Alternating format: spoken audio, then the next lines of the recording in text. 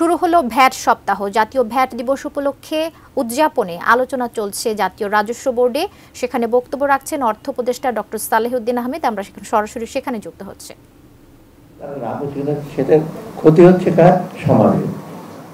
মানে তখন যে শাড়ি বিক্রি করছে সে যখন অন্য একটা হেলথ সার্ভিসে যাবে সেখানে তাকে টাকা বেশি দিতে হবে। এইটা কিন্তু একটু বিবেচনা করা দরকার। অনেক সময় আমাদের মার্জিনাল প্রাইভেট বেনিফিট আপনি পেলেন, কিন্তু সোশ্যাল বেনিফিট, সামাজিক যে সুবিধাটা পায় সেটাতে কিন্তু অন্যকে এবং আপনাকে আপনি বঞ্চিত করছেন। এবং দেখা গেছে অর্থনৈতিক ভাষায় যে সোশ্যাল বেনিফিটটা কিন্তু বেশি হয়। আপনি 1000 টাকা বাঁচালেন, কিন্তু ওই দিকে কিন্তু এর ফলে কিন্তু অনেকগুলো লোক এফেক্ট করবে, কারণ সে সেবাটা পাবে না।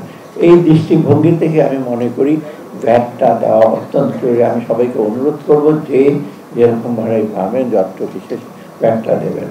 এটা আপনি হয়তো তাৎক্ষণিকভাবে সুবিধা পাবেন না বা ভবিষ্যতে নাও পেতে পারেন, কিন্তু আরেকজন সুবিধা পাবে, আরেকটা সেবা পাবে। এই দিক থেকে সেটা আমরা সবাই বলি ট্যাক্সটা কুইট প্রো কিউ না, যেটা বলা হয় যে আমি ট্যাক্স দিলাম আমি সেই বেনিফিটটা পাবো, সবসময় সেটা সম্ভব না।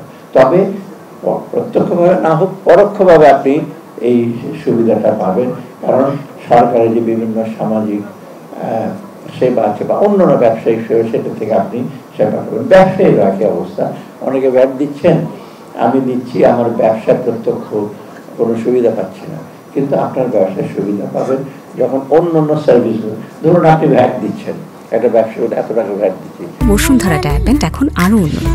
এই hot air through top sheet দ্রুত শোষণ করে সোনামণিকে দেয় কোমল অনুভূতি। সাথে সাথে আপনি ভ্যাট না দিলে আপনার কি হবে?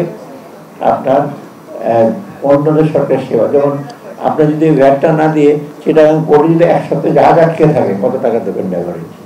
অর্থাৎ সরকারকে আপনি বলবেন আপনি পোর্টের আপনি সুবিধা দিন, আমার ট্রান্সপোর্ট সুবিধা, আইটি সিকিউরিটি, সেটা না বলে খালি আপনি ক্যালকুলেট করছেন ভ্যাটের টাকা বাঁচালাম।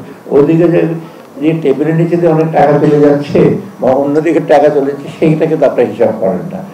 এই দিক থেকে সার্বিক দিকে দিতে হলে সরকারকে আয় কর এবং ভ্যাট আপনাকে দিতে হবে, এইটা। আর একটা জিনিস যেসব উন্নত হয়েছে যেসব দেশ, বিশেষ করে আপনি নর্থ ইউরোপে দেখেন, স্ক্যান্ডিনেভিয়ান কান্ট্রিজগুলো, আমেরিকা ইউরোপে কিছু ট্যাক্স ভ্যাটের বা সামাজিক ব্যবস্থা একটু গলদ আছে, কিন্তু উত্তর ইউরোপে দেখবেন ওরা খুব হাই ট্যাক্স দেয়। আপনারা অনেকে গেছেন তো নরওয়ে, সুইডেন, নেদারল্যান্ড, ফিনল্যান্ড, যারা যাবেন দেখবেন যে মানুষের সাধারণ যে কোনো মানুষের সুবিধা, স্বাস্থ্য সুবিধা, ট্রান্সপোর্ট, সামাজিক অন্যান্য সুবিধা অত্যন্ত উন্নত মানের।